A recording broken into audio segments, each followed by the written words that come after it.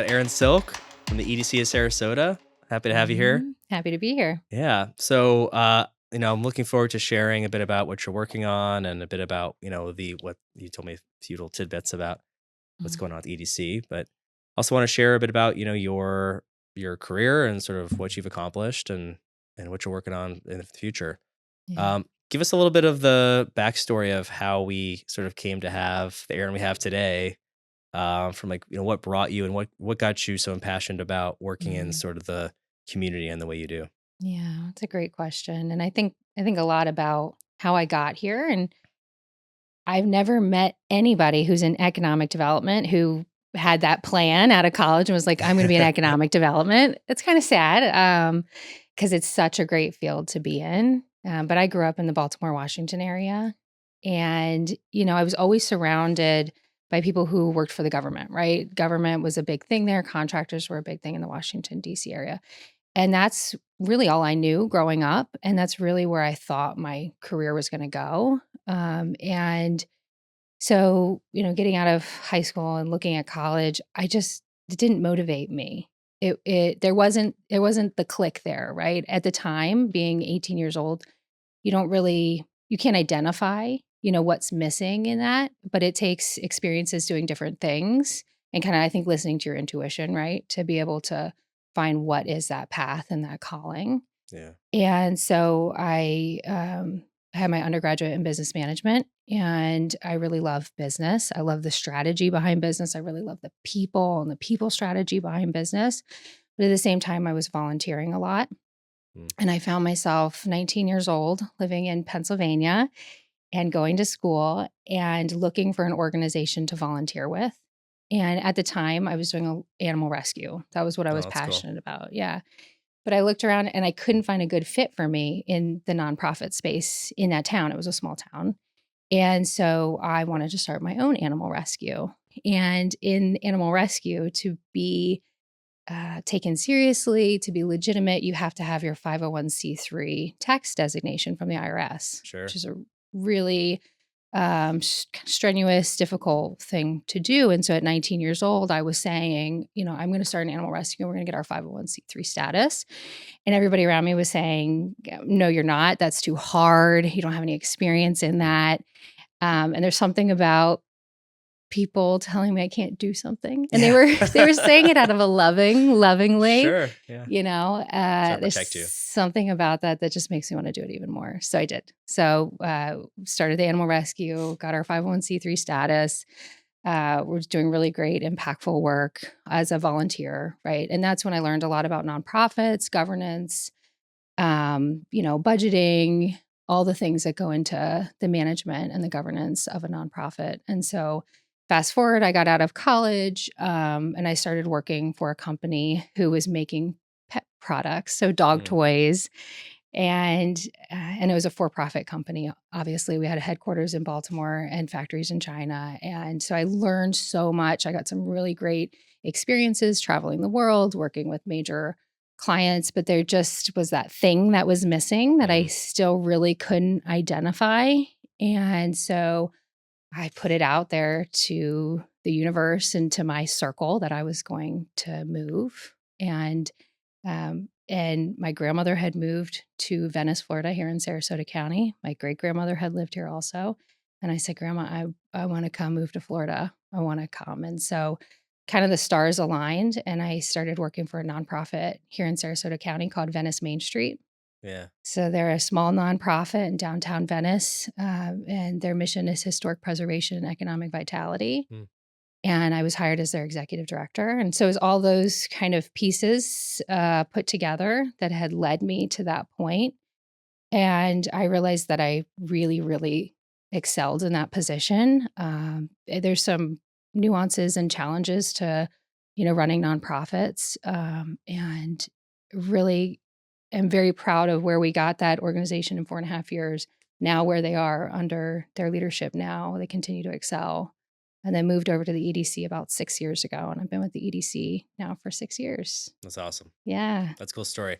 I can appreciate what you said about when someone tells you not to do it or you can't do it. I can't remember where I heard this, and I want to make sure I plug them. It was probably a Greg Cardone or Brandon Dawson or something, but Mhm. a lot of the people around you will tell you, especially the ones that love you the most, like, you probably shouldn't do that because they want to Mhm. protect you from failure. Meanwhile, it's like hurting you more. They don't realize it. So Mhm. it's good you took it on and went after it. That's a cool. So animal rescue. Now, what type of animals? Is it all types or what was like the focus? It was cats and Cats and dogs. dogs. Yeah, we Lo- did, and, in my time with that organization and also other organizations, I've fostered and rescued hundreds of animals, Oh my and gosh. so that was a really good part of my life, and, Yeah. it's a little bit on pause right now, I have my rescue dogs and my cat, but kind of in my family era now and my Sure. EDC era, so Yeah. yeah. A lot of A little responsibilities. bit. That's awesome. So now, and then you mentioned business strategy, people strategy. I definitely want to dig in a little bit on that and sort of, you know, Mhm.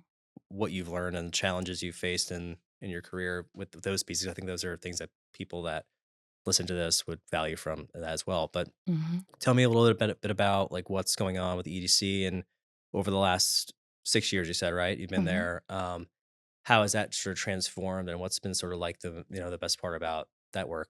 Mhm. Yeah, so in 6 years, I've had 4 different roles at the EDC, so I've kind of seen it from all different angles and, been in many of the different positions within the organization.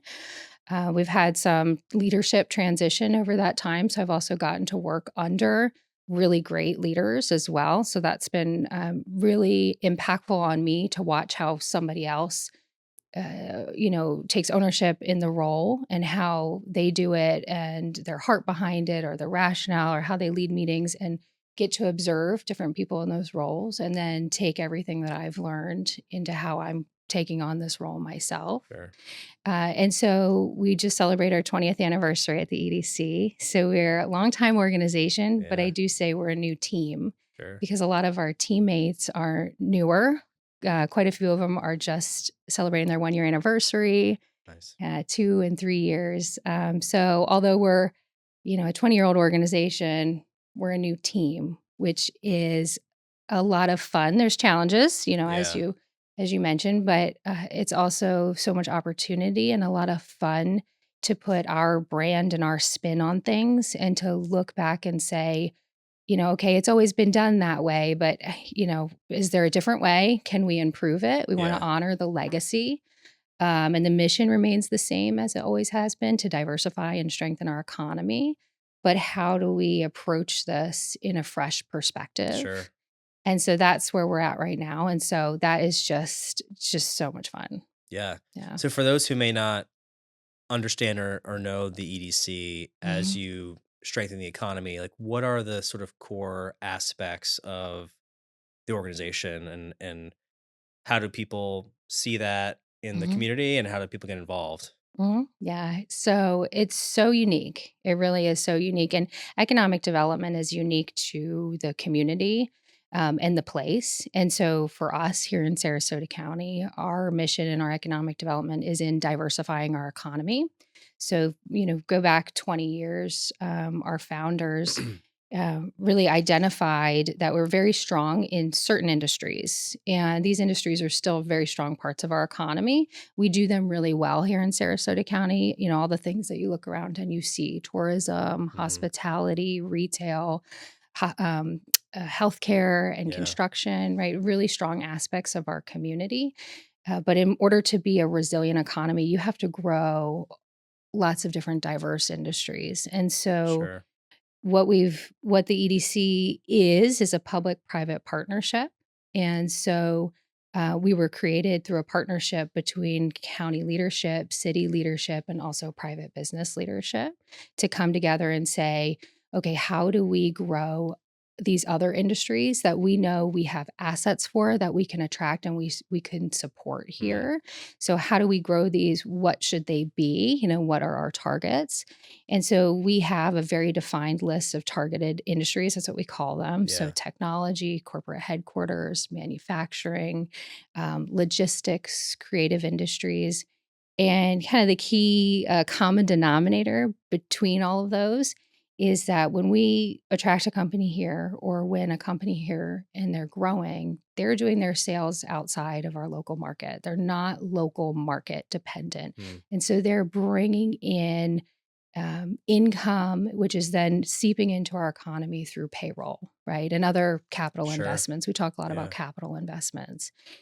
And so this is our mission, this is our goal. And so we have a couple different functions. One is we're actually out physically marketing Sarasota County to these targeted industries. And then two, as our companies are here and they're undergoing growth, they could undergo that growth anywhere. We want to make sure that they do it here and we want to help them along that path. And so it's usually that entrepreneur that's doing a big investment. They're Mm, building their building. They're hiring 100 people, right? And so we're helping them along that way, and we become part of their project team. It's yeah. really, really neat. That's cool. That's Yeah. really exciting. As you've moved, with EDC, as you moved into leadership roles, and now as CEO, president, Hmm. what are some of the challenges that you see? Maybe not organizationally in your mission necessarily as you are looking a new team, right, Hmm. with a big mission, an important mission, Yeah. right? What are some of the biggest challenges that you think that you have to focus on, Hmm. as you build this out? Yeah. Well, I think that's the key word is focus. And I Yeah. think that is the challenge, Yeah. especially for nonprofits. That term mission creep is a Mm, real thing, right? And so you only have a limited amount of resources. yeah. And we have a staff of 8, so we're a small team. So how do we use these limited resources for the best return for our community? Because that's what it is. It's their Yeah. investment, right? And so as a nonprofit leader, your role to me is very much steering that ship. So setting vision, but also deflecting, right? Yeah. Saying no to things, having the ability to say, you know what, that doesn't fit the plan right now. Yeah. We'll reassess that next year. And so this my first year as CEO, I've been CEO about a year and a half now. Our board went through a really rigorous strategic planning process. It was an 8-month process, and it was wonderful and it was collaborative. There was a lot of business leaders in our community that were involved, surveys, roundtables, really, really important that our partners had ownership in it too, right? Yeah. And then they had a great, half-day workshop and have this new strategic plan. And so now we have kind of this guiding map and this vision, and now our team is using it to set our goals and our metrics, and I'm constantly, reminding them like, okay, that, social media share that we're thinking about doing, does that directly reflect back to our Mm, strategic plan? Yes. Okay, great. No. Okay, no, right? So it's not only our internal direction, but it's how the community will see us too and the message that we're putting yeah. out to the community. Yeah. I mean, there's a lot of things that will come at you. How do you get really good at, or what's the sort of process to focus on the things that you've put into that mission after all Mhm. those, decisions have been made, but then also sort of filter out the ones that are like important. They're like and you're like, Mhm. wow, we really would like to do this, but not right now. How do you make that determination? And maybe just Yeah. in general as a leader, like how are you to making that determination? Yeah, and I think as a leader, you have to be the one to make sometimes hard decisions Yeah. and decisive decisions too. And there may be a lot of different factors to a specific project that somebody's wanting us to get engaged with, and being the ultimate kind of protector of our plan, but also our time. Our time is our resource, Yeah. right? Our staff time and what they're focused on is our resource and directly back to our mission. So being able to look at things in that way and to be able to say no. I don't think there's Yeah. always like a clear defined method to how that happens, but um, also, I've learned over this time that following my intuition is really, really important as a leader, trusting your intuition, um, being open to feedback, because Yeah. the more feedback you get, the better your intuition becomes, Sure. right? So, throughout your time, your programming, making sure that you're using your sounding board. For me, my board of directors, we have 25 individuals on our board, powerhouse board of directors, getting their feedback and their input along the way, to help me kind of hone in my intuition and be able to sometimes make those tough Yeah. decisions, and keep us focused, and recognize when our team is um, focused and not overburdened and not overstretched, and can really also focus a lot on the relationship and helping people. We do really, really good work. And so seeing that output is reassuring to Yeah. me that, okay, I made the right decision, that this Yeah. is the right focus right now. Yeah. That's great. So obviously a lot of new team members. Hmm. You went through planning with the board. Um, how do you create the culture around with the team Hmm. having? I mean, maybe it'd be easier because they're all newer. But like, what do you do to create the culture? And I guess I'm looking at it from standpoint of 20-year-old organization. A lot of the people now are within the first few years, right? Hmm. Um, what's sort of your view on, you know, heritage versus the new era, and how do you sort Hmm. of make that work from a team standpoint and culturally and the values and all that? Hmm. Yeah. Well, we start every Monday morning with our staff meeting. We get together Mondays, because our work is just the nature of our work has us all over the county. So at any given time, our team is pretty spread out. We have Yeah. our home base of our office, but there's a lot to do around the county. We serve the city of Northport all the way to the city, then the town of Longboat Key, the city of Sarasota, Yeah. Venice, Sarasota County. So there's a big geography, and there's a lot of different stakeholders too involved. And so I really believe for us setting the foundation for our week first thing Monday morning, we're meeting at 10:30. You come in, get comfortable, check your Yeah. emails because that's Yeah. important. Get your coffee, but then we're all going to sit together in person. That Mm, Monday is our day. And the first thing that we do is we share something good about last week. What were we really proud of? What's an mm, accomplishment that we did last week? Sometimes it's small, sometimes it's really big, right? And so everybody opens up with something they're really proud of last week. And that also helps. If our business development team is working with a certain company that's doing something, our investor relations team, who's working with our stakeholders who are engaged with us, um, maybe doesn't know what happened last week with business development in that company. So it gives them the opportunity to hear what the other team is really proud of, yeah. because we're both carrying each other's message throughout the week. We might Yeah. not always be together, but we're carrying it. So starting that and then sharing our priorities for the week as a team, and really encouraging collaboration, and cross collaboration, because it's so easy to get siloed, Mm, especially when we have part of the team who's working with our clients and then the other part who's working yeah. with our investors. It's really easy to get siloed, but making sure that, I'm creating a space where it's an expectation that we're working together and we're supporting each other. We know each other's goals and Yeah. You're priorities. finding those areas for connectivity probably too. Hmm. Yeah. A lot of That's them. cool. We do the same thing with most meetings. We'll start with hey, what's going well right now? Make sure we're Yeah. level set. It's easy to get in the negative. I mean, you're more likely to Yeah. get in the negative if you let it happen than you are to get in the positive. So by sort of forcing the issue into the positive, you're like digging out the gratefulness that you can have Hmm. that day Yeah. and just resetting the day.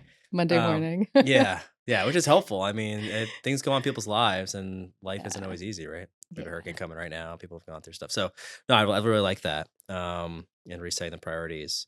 Um, what's been your experience? So, obviously, working with a lot of different stakeholders and businesses, and Yeah. that is part of the mission to diversify the portfolio of businesses here. Mhm.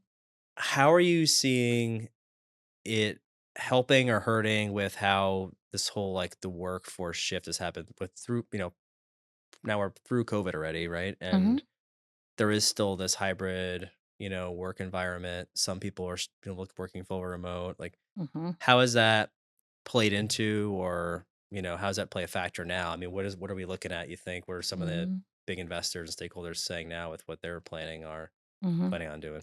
Locally, saw last year, LinkedIn does a workforce migration tracking. So Mm, something like 9 straight months last year, we were the number 1 in migration based on LinkedIn moves. So working individuals on LinkedIn were relocating here.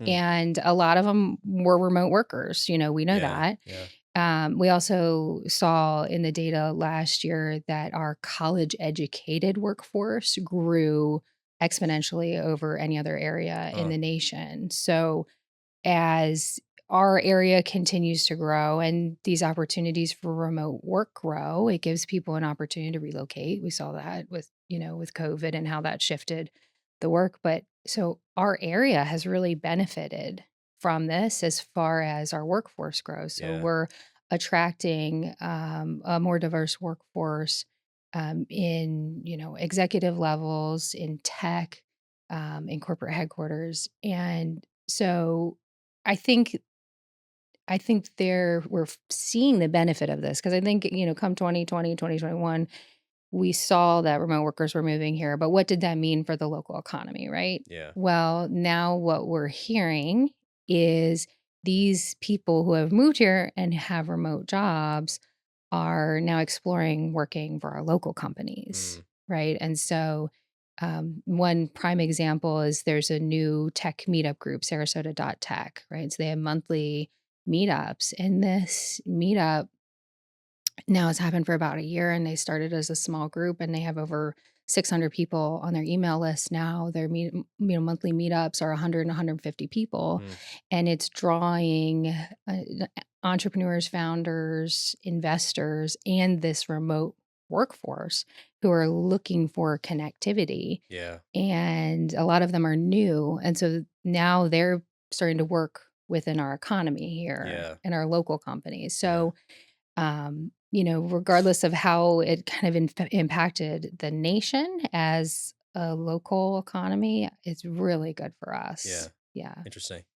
Now, I sort of made a little bit of that assumption when I was hiring myself of like Mhm. people were inquiring and I was like, sounds like more people are here. Mhm. Wasn't sure how it would work now with there was sort of a slow move back to people being more in office and hey, call back to New Yeah. York or DC or wherever they were before, where they're like, hey, I want to move, Sarasota's nice. I want to live here. It's beautiful. And then like, hey, we want you back, Mhm. how that would affect. I've just seen it where same thing, right? They just find it, hey, I don't want to move. This is way Right. nicer or whatever, right? They Yep. stay. Or another company is willing to keep them remote, Mm. whereas the other one, what happened to my cousin, he moved companies and they're like, hey, sure, just come to the office once a month versus Mhm. having to move all the way back to New York City, right? Mhm. It's lucky. Which is nice, right? So I think they were injecting some their discretionary capital here, and now they can maybe spend more. Mhm. Um, with the companies that are looking to now, are you going and sourcing different types of businesses to come here and bring them here, or are they Mhm. usually coming to you and saying, hey, like we want to come here? Like what's the Mhm. process? Like how does that work? It's a little bit of both. Yeah. It really is. It's a little bit of both. Um, it's a lot of word of mouth too. Yeah. If you're doing an expansion into Sarasota County, whether you're an office or you're an industrial use, they're getting referrals from their service providers here. Hey, make sure that you loop in the EDC. And Yeah. so, which is really, really important. It's good when we can be a part of their project from the beginning. And because along the way, if there's any hurdles or there's any local needs that they have, we're their essentially free resource. Give us a Yeah. call. Yeah. We'll help connect you. Anywhere from, planning and zoning to utility hookups to, workforce training and anything that you need along that growth path here, we can help be your resource and your Yeah. referral out. Yeah. But you're right. As far as targeting goes, we're harnessing AI. We have an Mm, AI tool where we can actually say, okay, we're looking for a company of this size that's in growth mode. They've just acquired some capital, they're in this industry, and we can hyper target companies. And uh, then we're reaching out, we're essentially cold calling. And we've had some really good feedback and some good meetings that way too, as well. that's cool. I Yeah. was gonna ask about how our AI is changing the landscape. It's been a hot topic for a lot Yeah. of people I've talked to. Mhm. Certainly been an opportunity for a lot of businesses to reduce time spent on things. Like you said, time is vital, right? Mhm. And then allow people to spend more critical, strategic, like Mhm. intentional time in places that are more valuable. Mhm. I'm excited to see what happens. I was listening. Speaking of like employees and economic development, I was listening to a podcast and they were Mhm. talking about so the All In podcast actually, Mhm. and they were talking about AI and how they feel like it's going to replace tier one and like just the frontline customer support Mm. because it's so good now. It can Mhm. replicate a human being and also query an entire internal external database for answers. Mhm. But then it's tier two and tier three where those jobs. So I'm interested to see how that changes Mm. the landscape because those are a lot of them are outsourced, but not everyone appreciates outsourced, tier one support. But now you don't have to outsource it. Like, what does that do to all those jobs? How Mhm. does that affect the economy? Like, where can they be repurposed? Mhm. This the whole move with tech has been interesting to look at how that reframes how people staff up, Mhm. and scale a business. Yeah, you're Um, right. Yeah. so I'm interested to see what happens there. I mean, it's moving pretty quick, Mhm. and there's also a lot of like tools out there. I mean, it's going to be like everything else. There's a million things. Like, which one's the one It's overwhelming we should use? sometimes. Yeah. Yes, I do know there's some consulting companies out there that do consulting on AI technology tools. Uh, for that purpose, just because Mhm. like, what should I implement in my company? Yeah. Um, We and since we adopted this AI tool probably 2 months ago, it's going to replace a lot of the travel that we were doing, potentially replace some of the trade shows we were going to, so that's high ticket items in oh our yeah, budget, right? yeah, So, it actually is a lot cheaper, can redeploy those dollars which somewhere else. yes, which is really key, and it enables us to be hyper focused, so Yeah. we can get so focused on what the company is doing and prove to them why this community is a good fit for that, for that industry that they're Wow. in. Yeah. So Yeah. it's really neat. It's a game changer for us. Yeah. And the time, I mean, the money and the time Yep. spent, right? Doing all that, moving around. Yep. Yeah. But still be able to then focus on the ones that matter and spend the quality time with them. Hmm. That's cool. Yeah, you're That's really right. cool. So, um, I do want to also sort of focus on like three sort of subsets of people. Hmm. One are the business owner, business leader, CEOs, the ones that, you're talking to from a standpoint of bringing stakeholders here. Yeah. The other would be the employees of those companies, the Hmm. aspiring leaders, those that are, you know, in their sort of middle of their career, right? Hmm. And then the third, and just as important as the other two, is sort of the if you were to go and talk to yourself back when you were in like, 18, 19, before you Uh-huh. went to college, before you had your first career, um, or if you were talking to high school students, like what would you be saying to them? Hmm. Right. So Yeah. first with Yeah. with the CEOs, the current leaders, the stakeholders that are here or could be here, what should they be from your view Hmm. where the opportunities are and to make an impact and to grow? Like Hmm. what should they be thinking about right now as it pertains to the economy or their and maybe people like where's the head at now from that Hmm. perspective. Yeah. Well, that's a big question. Yeah. I think the privilege that I feel in my role um, is this opportunity to meet and start working with entrepreneurs when they are just in the idea stage. Either experienced entrepreneurs, they have launched their company or a different company, and now they're in this expansion mode and um, now being with the EDC for 6 years, I have a couple of these kind of examples of companies that 5 years ago I had met with, and they just had this idea. Hmm. And now, fast forward 5 years, their idea has blossomed incredibly. And so, one example, I know he was on your podcast recently, is Trey Williams with Fleet Yeah. Force. Love Trey. Yeah. So I met him in 2020. He just acquired the company and was bringing it to our market. right? And so he had, all this ambition and ideas. And essentially, at the time, he was looking for a big parking lot. That Yeah. was what we were helping him look for. And it was hard. It was hard to find that big parking lot. And I think it was like probably 3 or 4 meetings before we finally found him the big parking lot. Yeah. But he just kept going. He wasn't giving up. And I think about other entrepreneurs that I've worked with. Marcus with Sarasota Paradise, the Yeah. soccer team here, similar. He wasn't living here and he had this idea for this team. And Marcus and I were meeting every 2 months and he wasn't giving up. And there are a lot of people that I talk to that have ideas and good ideas, Yeah. but it's the ones with that tenacity Yeah. that, okay, I've come up to a roadblock. What's next? And they keep coming back.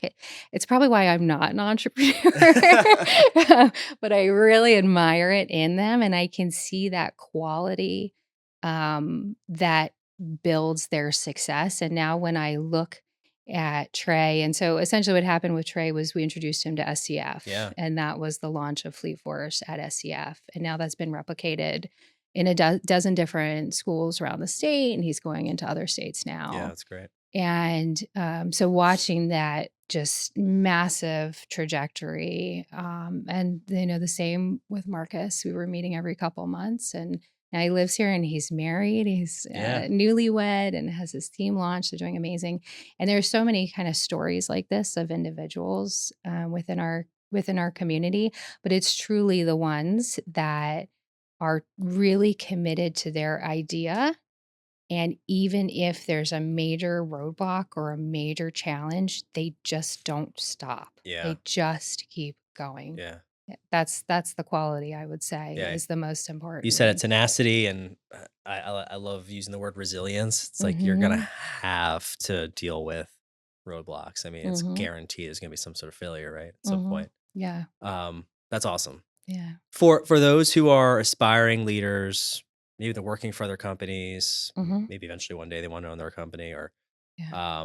but those who are, looking to come here, move here, or are moving here, and how do you sort of what's sort of the guiding light for them Mhm. as they're building their careers and maybe their families here in the area? Yeah, I really say one of the most beautiful things about our community, and one of the reasons why I love our business community so much, is a lot of us are from somewhere else, right? We have chosen to be here. We are super committed to our community and our business community because of that. And we really want to help elevate others in that.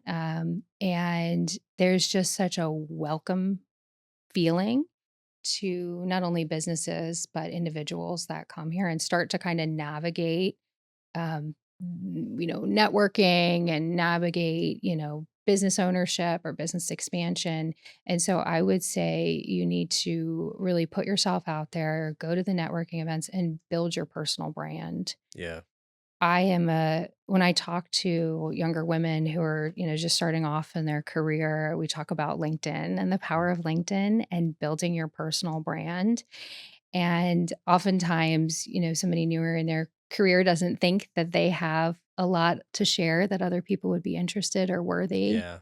And I just encourage them, like, there's not a whole lot in this world that we have total ownership of except our brand. Yeah. And so use every tool that you have to continue to build your brand, whatever you want Sure. that to be. So, getting out there and meeting people, sometimes, maybe it's a little uncomfortable. It's okay. We'll get used to it, or you can always Yeah. just leave. I Yeah. always tell them you could just leave if it doesn't work out.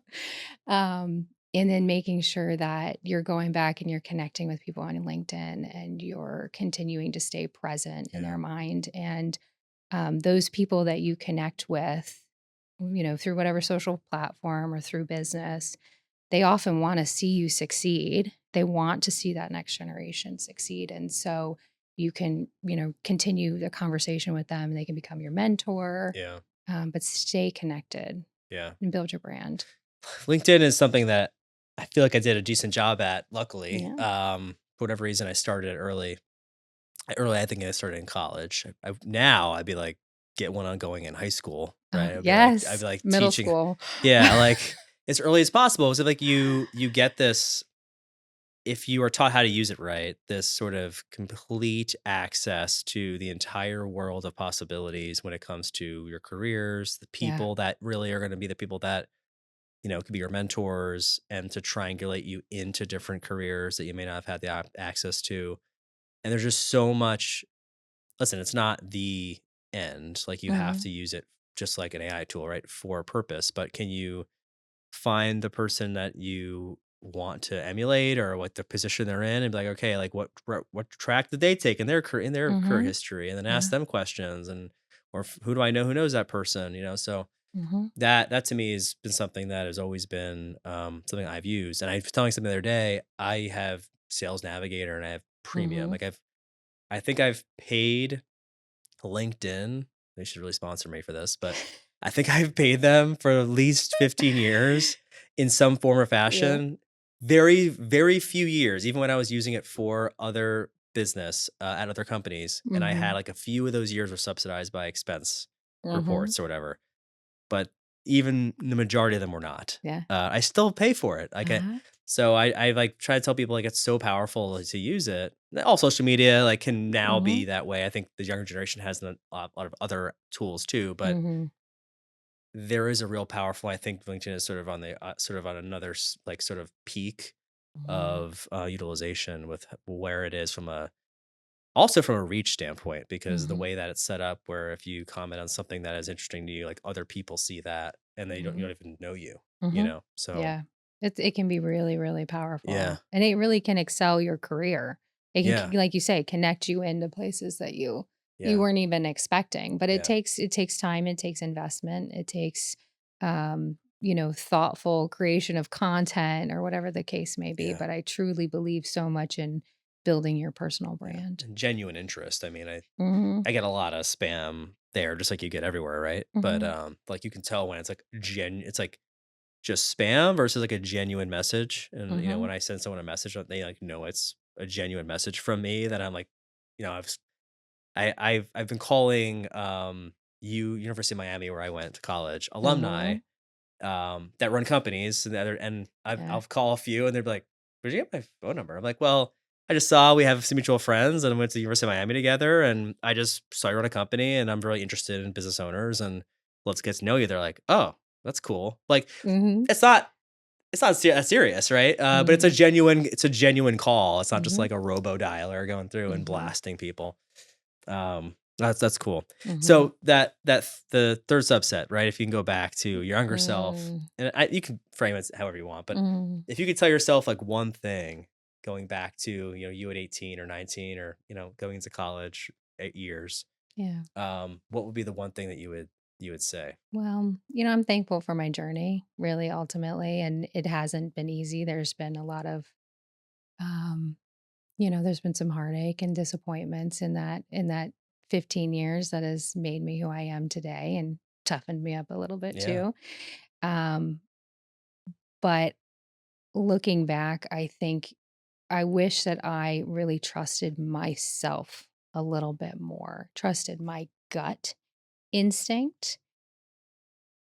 I fared well for sure, but I think I would have fared a lot more if I had listened to that little voice and that little yeah, gut feeling sooner along the way. And so there were some missed opportunities to do that. And I just think, my experience was, being a young woman growing up, you were always kind of told to fit in and behave and um, conform, right? yeah, And the environment that I saw around me, while it was good, it was limited, you yeah, know.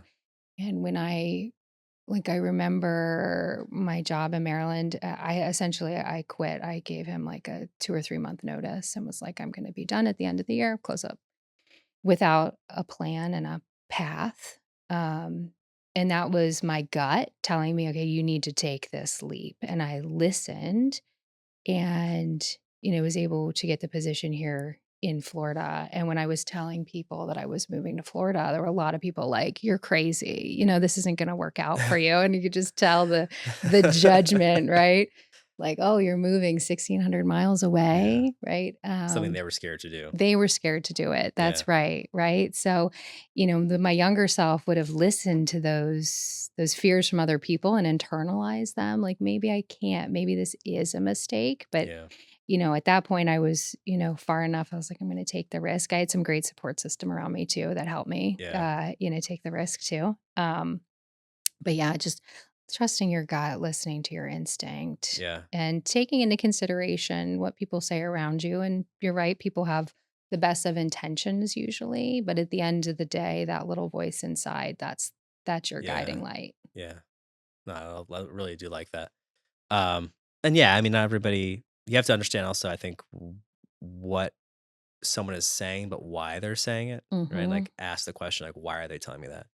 Not just taking it for face value, right? I Mhm. think that's important. Yeah, True. Very true. that's a great thought.